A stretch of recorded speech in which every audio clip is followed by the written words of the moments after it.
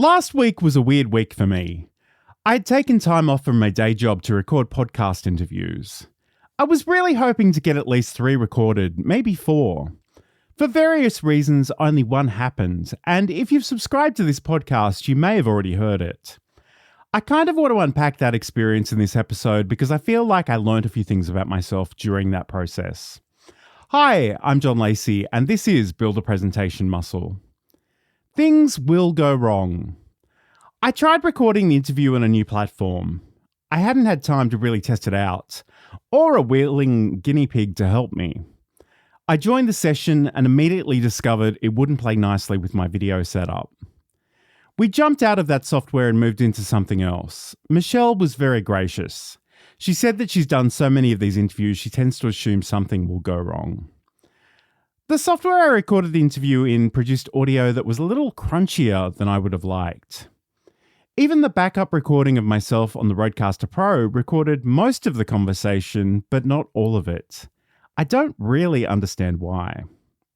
I tried a whole bunch of things to try to clean up the audio, and they really weren't that successful.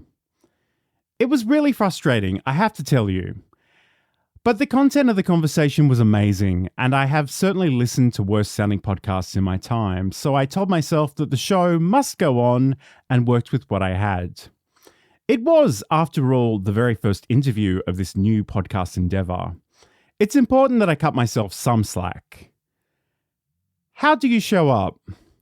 One of the things I called out during the interview was how Michelle was able to overcome her fear of being on camera to really embrace and love it. I think this is a huge stumbling block for so many of us.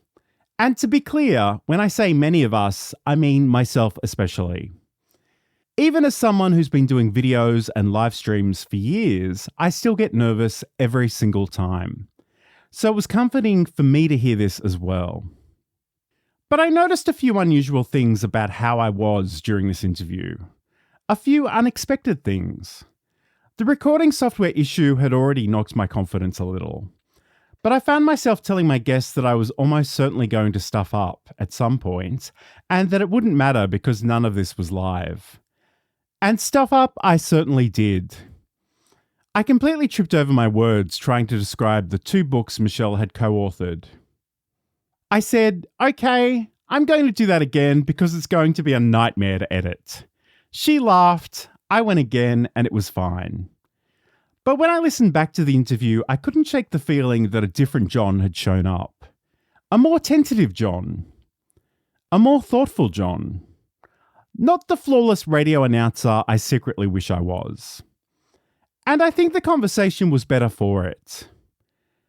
I'm sure I take myself way too seriously. I want to be professional at all times, but it might be more useful to be human. By the end of the interview, and especially after I stopped recording, we were both relaxed and laughing and joking. It was a real bonding experience, and it wouldn't have happened if I hadn't kicked rigid presenter John to the curb. So I'm trying to be more relaxed in everything I do. Pretending to be perfect doesn't make anything better, it just stresses me out. So, dear listener, I want to hear from you. What have you done to make sure that your show has gone on? How do you feel about how you show up? Leave a comment wherever you're listening to this or head over to johnlacey.com and send me a message via social media.